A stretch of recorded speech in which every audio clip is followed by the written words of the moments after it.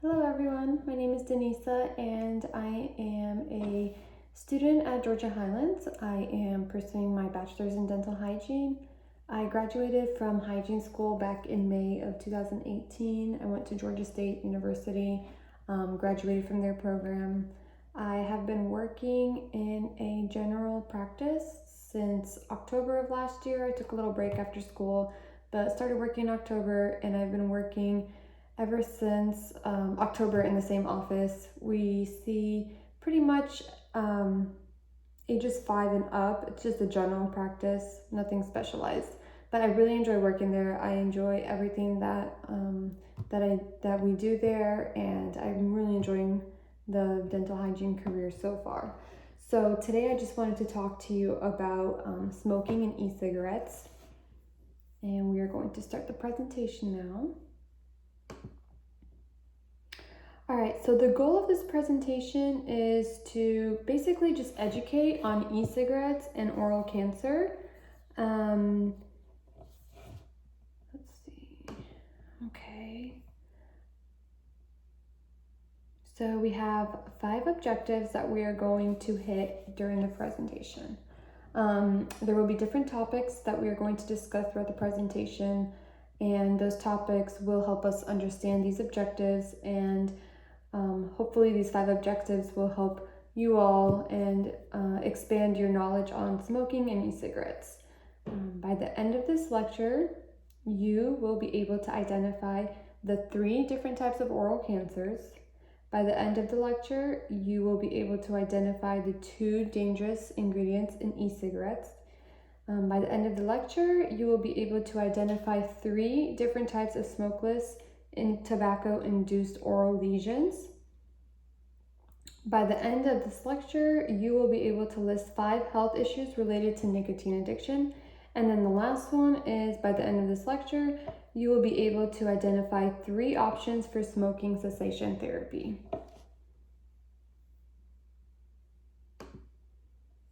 All right, so I have emailed you the pretest. I want everyone to just open their email and go ahead and take the pretest, and I will give you about 5 minutes to go through the questions, answer them best you can, and then once you have answered them, go ahead and email them back to me. So just reply back to the email, and I'll just give you 5 minutes for this.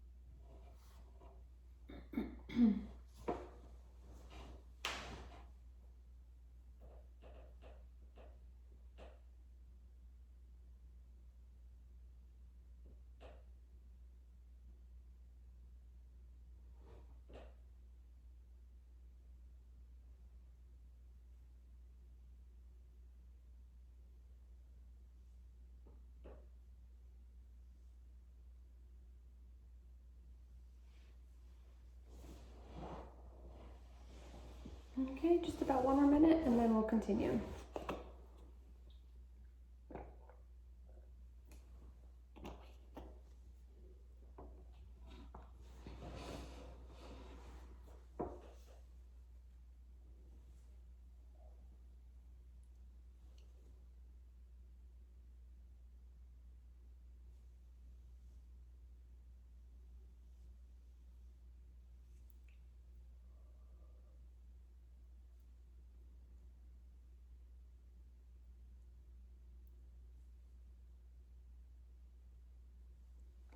Okay.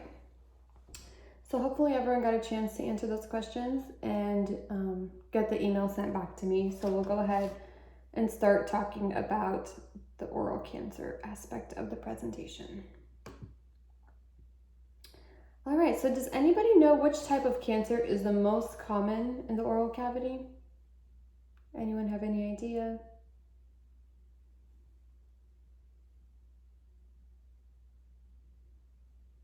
Okay.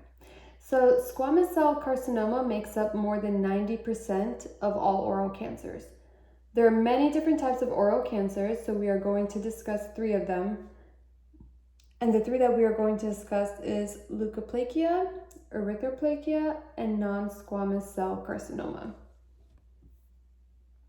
So up first we have leukoplakia.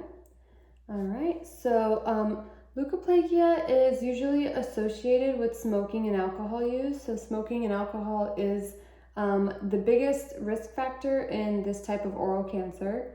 It is described as a thickened white patch that is most commonly found on the tongue or the floor of the mouth.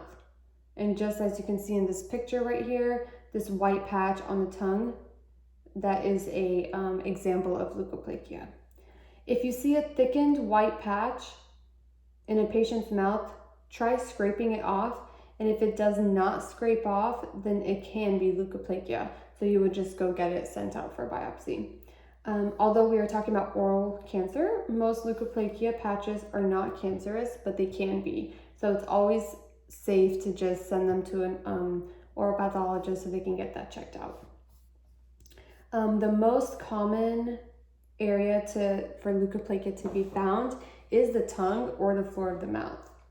And just like in this picture, like I mentioned before, that white patch. So, whenever you're doing your oral cancer screening, that's why we check the tongue, the sides of it, under it, and then the floor of the mouth.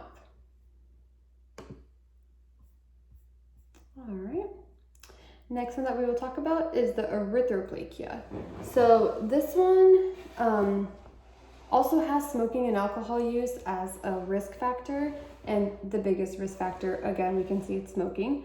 So smoking and excessive alcohol use are both risk factors of erythroplakia. This lesion is described as a bright red with a velvety texture, so kind of soft, smooth like a velvet. It is most commonly found on the floor of the mouth, the tongue, and the soft palate. So this one, in comparison to the leukoplakia, also includes the soft palate. This lesion is found more in males over 50 years of age. Older patients are also at risk for the lesions to undergo the premalignant to malignant transformation. So that is very important to take those intraoral photos so you can keep a record of how the lesion looked, at the initial visit, and then 6 months from that visit when they come back, you can check and see if it's still there, if it changed, if they went and got it checked out, just kind of keep a record of it. So these lesions can form anytime, and if not detected early enough, they can turn cancerous. So that's another thing, just like the leukoplakia. Most of them are not cancerous, but just like I mentioned, if they are left there for a long time, they can turn cancerous. So it's always important, again, while you're doing your oral cancer screening, to check the tongue, the floor of the mouth, the soft palate for any signs of this red velvety patch lesion. All right, the next one that we have is the non-squamous cell carcinoma. This one, once again, we see that smoking and alcohol are risk factors for this type of oral cancer as well. These minor salivary gland carcinomas can arise on the hard palate, lips, buccal mucosa, mostly on those areas.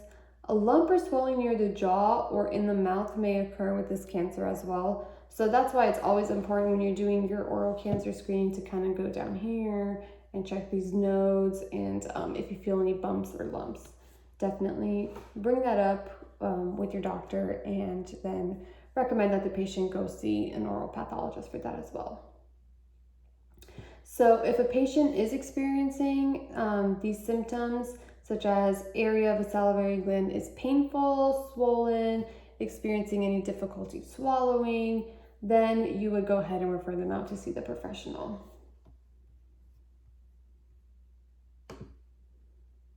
All right, so let's talk a little bit about the dangerous ingredients in e-cigarettes. We have one that is propylene glycol, glycerol, and then the flavorings I also added in there because there's a lot of chemicals that are in the flavoring, so I thought that was really important. But the two main ones that we're going to focus on is the propylene glycol and the glycerol. And propylene glycol and glycerol are two solvents for nicotine and flavorings in e-liquids, and they're the ones that create the vapor in e-cigarettes. Those two solvents can be toxic to those who inhale them.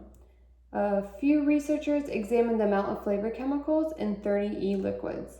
So 6 of the 24 were aldehydes, including diacetyl. Diacetyl is a respiratory irritant that often causes bronchiolitis obliterans.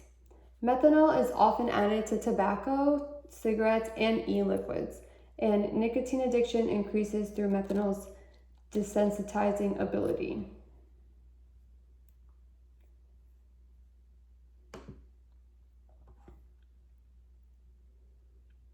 All right, so first one, propylene glycol. It's one of the toxin ingredients that is found in e-cigarettes. It is described as a colorless, odorless, thick liquid. It is found in brake and hydraulic fluids, antifreezes, flavorings, and perfumes. This ingredient is being inhaled by the consumer, and when used for a long period of time, it causes damage. Notice I said long period of time, and we'll talk about that later when we move on to the more in-depth to the e-cigarette part.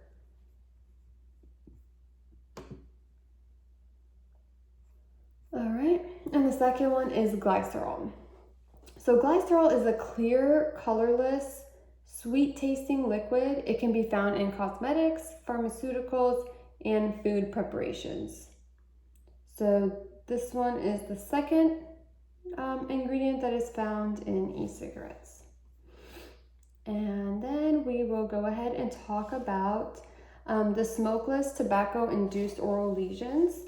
The amount of tobacco being consumed nowadays by consumers is very high, and consumers are at risk for oral cancer with the amount of tobacco that is being consumed.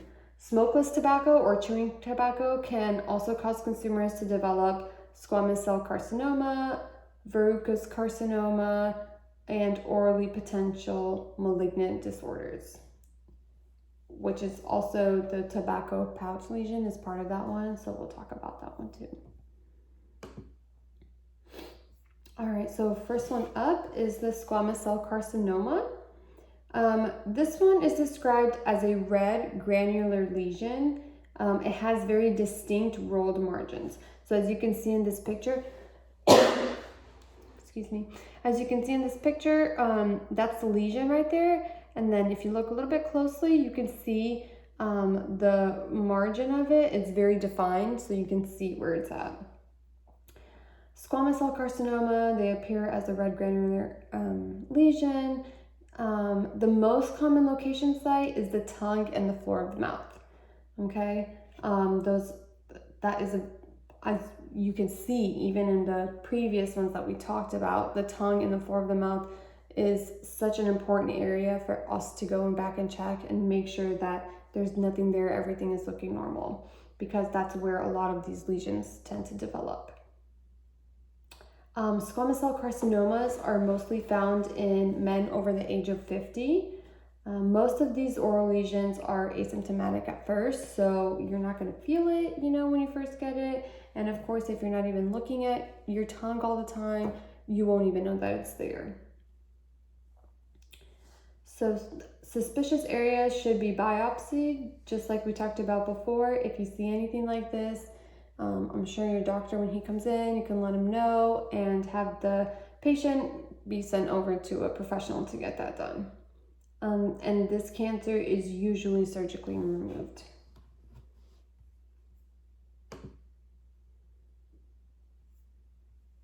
All right, right, the next one is verrucous carcinoma. Verrucous carcinoma is a slow-growing tumor that spreads laterally. It is an exophytic lesion that is usually covered by leukoplakic patches. The lesions can develop at the floor of the mouth, again, just like before we mentioned, the mandibular retromolar area, and the buccal mucosa. This form of cancer is often found in people who chew tobacco or use snuff. It is sometimes referred to as snuff dippers cancer, and surgical excision is the possible treatment for this cancer. So if you can kind of see here, of course, it's on the tongue, like the previous ones. It is exophytic, so it kind of just bulges out. This one is white in color because it is covered by that leukoplakic patch, the white patch. So just be aware for this kind of patch. And of course, it's related to smoking. So a lot of patients who chew tobacco or use snuff, the tobacco is just the main cause of this one as well. Okay, so this next one is oral potentially malignant disorders. These are caused by the placing of tobacco in the oral cavity. So it is mainly found in the buccal mucosa, the gingival sulcus, inner part of the lower lip, and the floor of the mouth. So usually when people keep their tobacco, they keep it like here. I don't want to show you right now, but right on the inner part of the lips and the buccal mucosa. So this one is described as a grayish white area that initially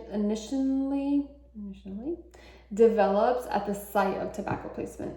So usually where you see that that area, the grayish white, that's where they always keep their tobacco. And if they keep it there every single day for who knows how many hours a day, it is going to turn their tissue into that color, forming this patch. Also, you can see some wrinkling of the mucosa, and that's called tobacco pouch keratosis. That is also part of this disorder. And that is also found at the same place where they keep their chewing tobacco.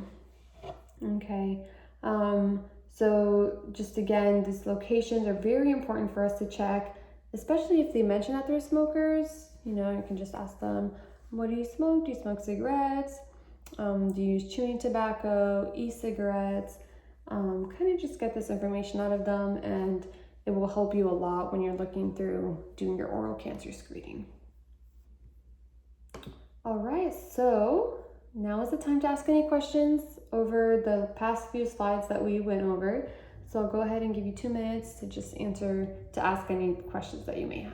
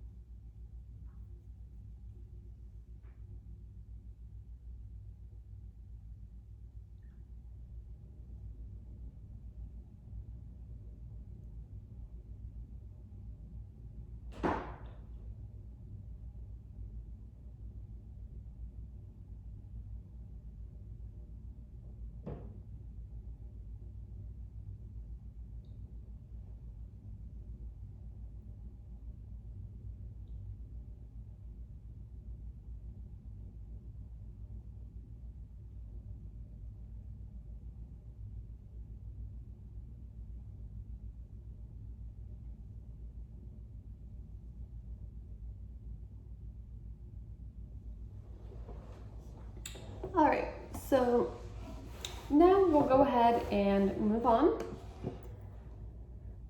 And we will talk about some health issues that are related to nicotine addiction. Okay, so nicotine addiction is a big issue in the world. Obviously, more and more people are smoking nowadays, and the younger population is getting their hands on it too. Studies show that nicotine is linked to hypertension, stroke, coronary, and peripheral vascular disease. Also causes delayed wound healing. So those who smoke, with the delayed wound healing, if they do get hurt, it takes a lot longer for them to recover and for their body to go through that healing process because of the nicotine. Nicotine affects all organs, but mainly it affects the central nervous system. So the way that nicotine becomes an addictive agent is that it binds to the central nervous system receptor, and then it increases the brain dopamine levels, and that's what causes it to become addictive. So it just binds to the receptor, and the more you use it, it increases those levels, and those levels just tell you that they want more, and then you become addicted to it.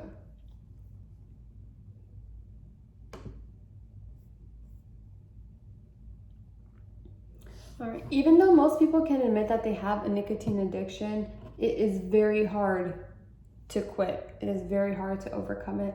I have had all of my patients who tell me that they're smokers. I ask them, do you know, how long have you been smoking? How much do you smoke a day? How are you interested in quitting? Have you tried quitting? And a lot of them tell me that they've tried quitting, and the way that they've tried it is just cold turkey. Just stop smoking, and every single one that has done that, they've gone back to it. So there's products out there that can help them, quit overall and not have to go back to it. So let's just talk a little bit about some of these products. We have gum and patches, e-cigarettes, and then of course there's medication out on the market that can help people quit smoking.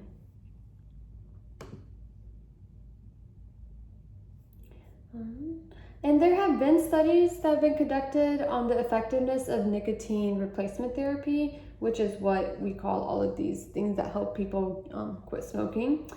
There was this one particular study that was a randomized trial and people who were motivated to quit. So all of these people that were involved in it wanted to quit. It wasn't just random smokers who had no intention of quitting.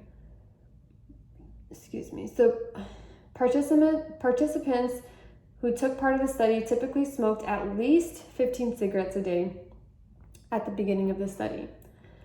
They were given gum, a patch, nasal spray, inhaler, and lozenges. So the study was done on all 5 of those types of nicotine replacement therapies.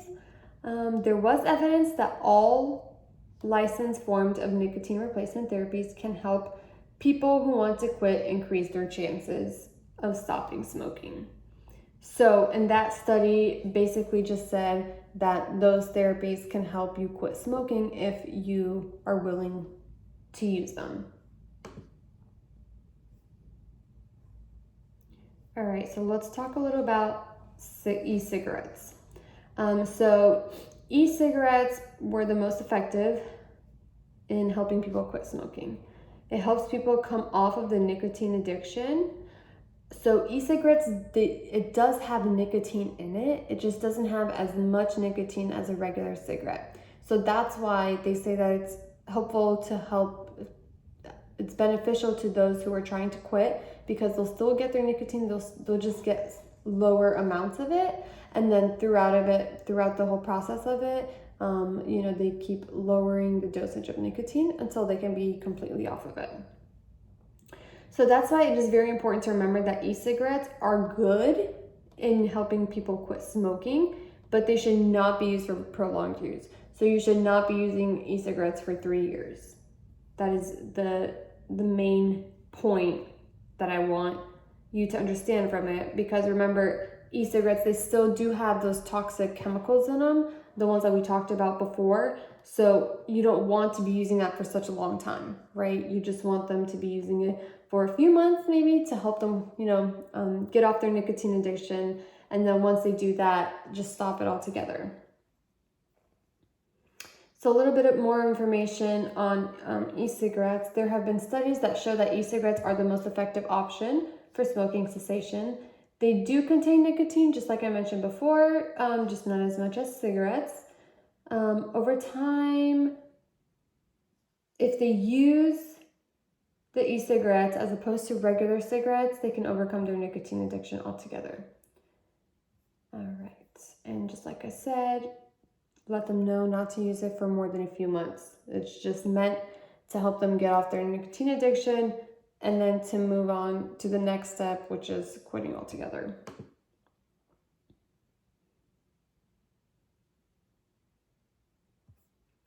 All right, and this is just an example of another study that was done. It's just a chart of the different types of studies and their findings, kind of like a summary of all the studies found on e-cigarettes. And all of these studies proved that that e-cigarettes are very effective in smoking cessation. They are good replacement to nicotine packed cigarettes, just like regular cigarettes. All right, so there was this one trial that I will just talk a little bit about. This one was done on adult smokers with minimal e-cigarette history. So they did not use e-cigarettes. If they did, it was just for a little bit of time. They were randomized to receive the product for 3 weeks. There were 2 groups of e-cigarette users with different amounts given. The first group just had 16 milligrams, and then the second group had a little bit more. They had 24 milligrams. So throughout the trial, the amount of nicotine was reduced gradually. Compared to the control group, smokers in both e-cigarettes groups significantly reduced the amount that they smoked. As a result, this study, smokers will use e-cigarettes to reduce cigarette smoking and to positively increase their cessation probability.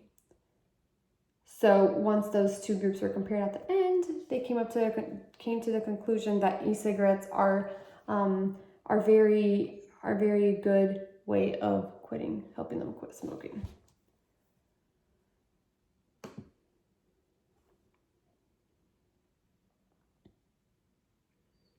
All right, this next study here, this one was done to evaluate cellular change in the oral mucosa of cigarette and e-cigarette smokers compared to non-smokers. So they compared non-smokers, their cellular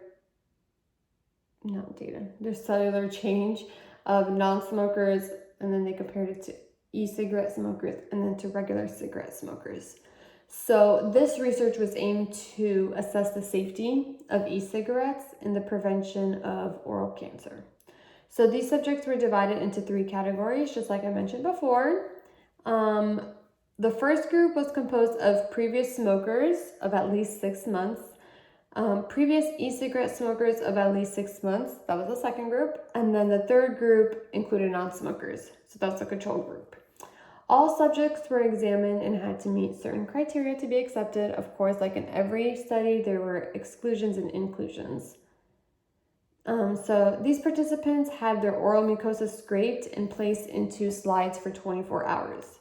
The results showed that the number of micronucleated cells were a lot higher in the first group, which was the smokers group, compared to the e-cigarette groups. So because of the result, the study determined that e-cigarettes are not harmful on the oral cavity and could be used as a smoking cessation therapy. So this is just a little picture here of the oral epithelial cells that they were comparing with the scraping. All right, so that was just another study that showed that e-cigarettes are good to use for smoking cessation. All right, and then this last study, this one was done on e-cigarettes versus nicotine replacement therapy. Okay, so this one was done on adults who were attending a national smoking cessation service. So nicotine replacement products or an e-cigarette starter pack was randomly assigned to each participant. The e-cigarettes came with 18 milligrams per milliliter of nicotine e-liquid. So the participants were recommended to refill with their choice of strength and flavor. So they got to choose.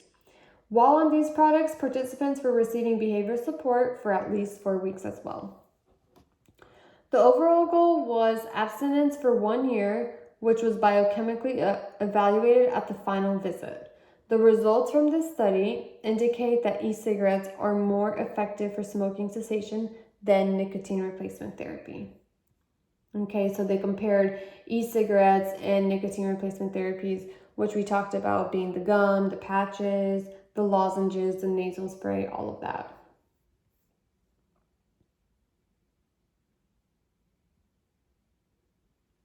All right, so next thing that we're going to talk about is the medication, okay? So this medication is called Chantix. It is FDA approved. This medication is proven to help in smoking cessation, and I've actually had patients who have been on this medication trying to help them quit smoking. I haven't been there long enough for them to really return back to me and get back to me so I can see if that's helped them, just because we are a large practice, so I don't always see the same patients, which is kind of a downside to it, because I do like to keep track of my patients, and not just for like the smoking part of it, but just for like their overall oral health. I like to keep up with them and to really work with them to help to improve themselves for the better. But I would really like it if I could see the patients, you know, who are trying to quit smoking, to see if in the 6 months, if anything has improved, if anything has changed with them. But anyway, this is the medication. It's called Chantix. It is approved by the FDA for smoking cessation. Studies have shown that this has helped in smoking cessation. And in the study conducted, the medication was used as a smoking cessation method compared to the nicotine gum and the patch. Results in that study showed that there was an increase in the attempt to stop smoking when the medication was introduced on the market. So a lot of people just find this easy, I'm thinking, you know, just kind of pop a pill in the morning and night, whatever the directions are on it, and it's going to help you quit smoking. But this is definitely something that should be, that they should get with their primary care physician about and talk to them about that. So just, that's another recommendation that you can make, is for them to see their primary care physician so that they can talk about maybe getting on this medication and helping them quit that smoking. All right, so, excuse me. All right, so just a little bit of a summary of everything that we talked about, okay? So really quick question, do you perform an oral cancer screening on each patient? That's just kind of something that you want to answer to yourself. The next slide after this one will demonstrate the steps of performing an at-home oral cancer screening. This is something that we need to do on every single patient that we see, especially focusing on the tongue and the floor of the mouth. Because if you can remember, going back to those oral cancer lesions, that's where we found that most of them begin, is on the floor of the mouth and the tongue. So just really focus on those two. Not to say that anywhere else is not important, but those two are definitely to be focused on, because they are the highest risk for oral cancer. If the patient is a smoker, it is a good idea to mention that they can perform these oral cancer screenings at home, you know, once in a while, once in a few months. If they come regularly to you every 3 months or every 6 months, they'll obviously get it done then, but it's also important to tell them, you know, maybe every 6 to 8 weeks, just kind of check around, and we'll talk about it, where and everything. And it's also will be included in the brochure, so you can find that in the brochure too. Let's see. Another thing you can do is you can ask patients, make sure you ask patients if they're interested in quitting, and we can educate them on the different cessation options that we learned about from this PowerPoint. If you're discussing e-cigarettes with them, make sure that you mention that they are not for long-term use, okay? And really quick, I just had a patient last week who was a smoker, smoked for 25 years, if I'm not mistaken. And I was talking to him, asking him if he was, considering quitting smoking, and I was about to start pulling out my facts about the e-cigarettes and all the research that I've done on it and found. And he actually told me that he started using e-cigarettes, so he knew that it was a good smoking cessation therapy. He said he started using the e-cigarettes for that, but then he stopped using it. So he's trying to get back onto it. So I'm really, really curious to see if he actually sticks through with it. But I will be seeing him again soon in about 2 weeks. So there's just a few more things that, I'm going to mention to him about the smoking. And also on the brochure that you'll get, it will list a few websites where patients can go for help on smoking cessation. And I have some listed here in the PowerPoint if you wanted to look at them, and if you wanted to write them down, you could do that too. All right, so this is an 8-step process to assessing for lesions of the for oral cancer, and they're shown over here. Okay, so let's see. The first area to check is the hard palate. So what you want to do is you just want to open big like that and just check the hard palate, okay? And you can find these little mirrors at the pharmacy, the little plastic ones. You can use that, or you can just kind of look up in your own mirror and kind of just check that out, see if there's anything that is suspicious, anything that's like not the same color as your other tissue. So definitely any white patches, any red patches, things like that you want to be concerned with. The second area that you want to check is the tonsillar area and the soft palate. So for this one, it may be a little bit tricky. You just want to open big, stick your tongue out and say ah, not ah, ah. So your tongue kind of drops when you say the ah. And while it's open, you can look all the way in the back, and that's where you'll see if there's any sort of lesions, any sort of patches back there, any bumps, things like that. All right, the next area to check is under the tongue and the floor of the mouth. So, that one's pretty simple. You just lift your tongue up so you can check under it, and then on the floor of the mouth. All right, the next one that you want to do is to check your tongue. Okay, to do this, you can't just grab it with your hands. You want to wash your hands before this, but you can just grab it with your hands and kind of move it to the right and to the left and kind of just check the sides of the tongue.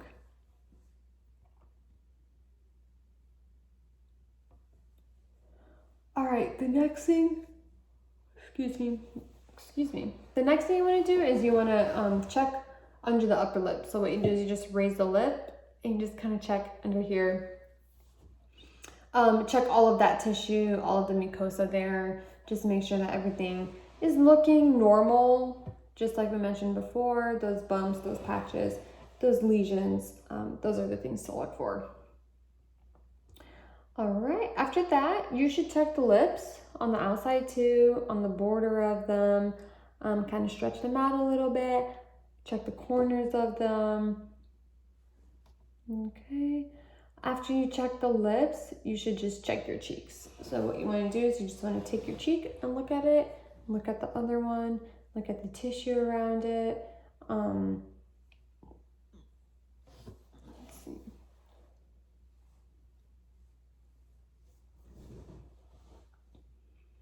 Okay, and while you're checking with the cheeks, you can also check all the way in the back on your retromolar pad area. Kind of check those areas too, behind those teeth, and just look at that too. Then the last thing to do is you are going to lift your bottom lip and check the gums and the tissue on the lip, okay? So you already checked the top, and the last one you want to do is check the bottom. And this is something that you can print out and maybe have in your room, or you can use it from the brochure that you're going to get from this presentation. All right, and I will go ahead and just give you about 2 minutes to ask any questions that you may have.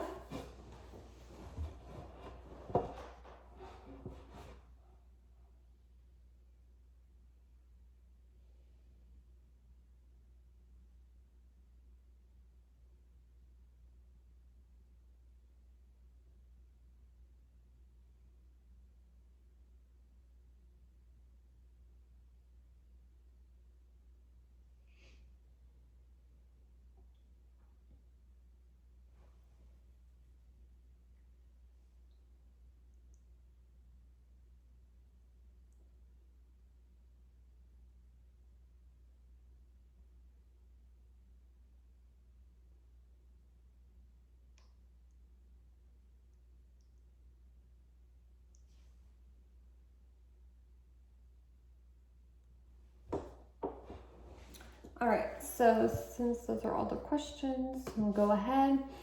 And I sent the email out again, so go ahead and complete the post test. After you finish the post test, go ahead and email it back to me just like you did for the pre-test. I really hope that you learned something new from this lecture, and most important, I really hope that you use this information to better educate yourself on oral cancer and smoking cessation, and then to educate your patients as well. All right, so go ahead and just complete that post test, and then we will go over the answers really quick. Okay.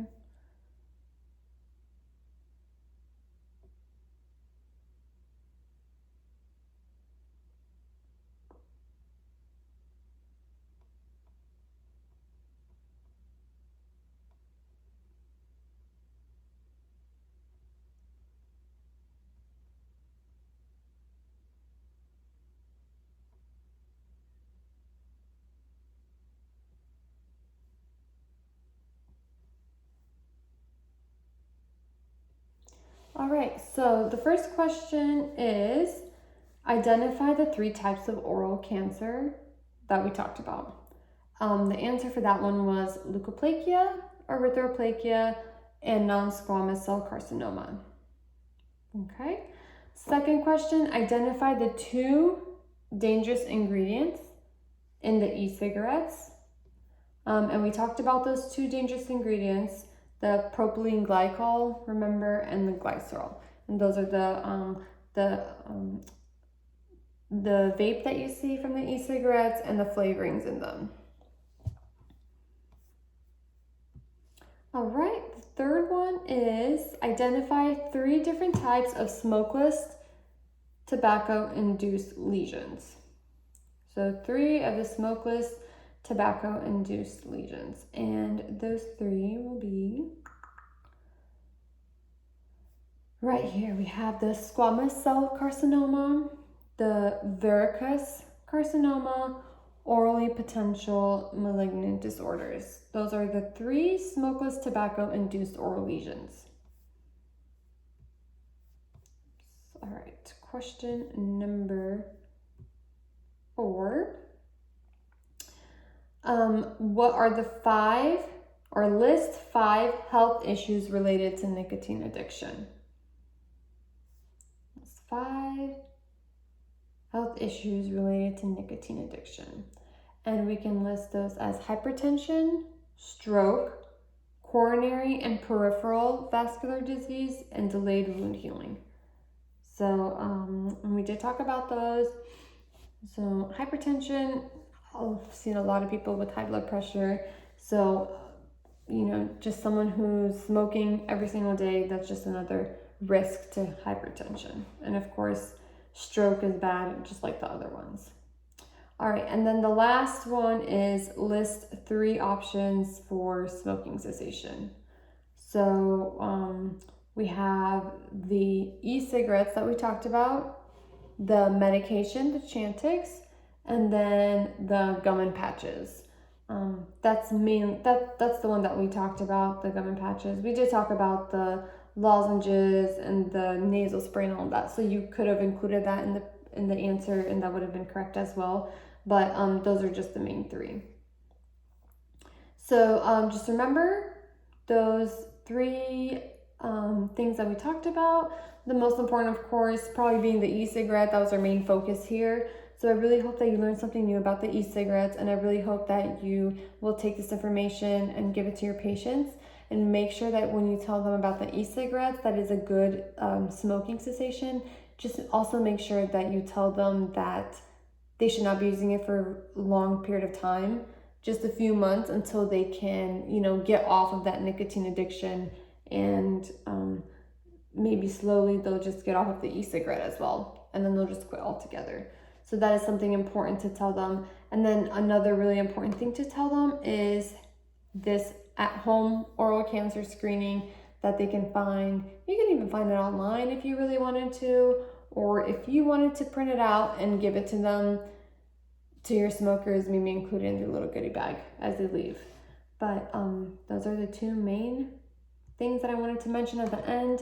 But I hope you enjoyed this presentation. I hope that you learned something new about oral cancer and e-cigarettes. I know in hygiene school we talked a lot about oral cancer, so I tried to find some basic information and then some more newer in-depth information on e-cigarettes as well. So I really hope you enjoyed this and have a great day.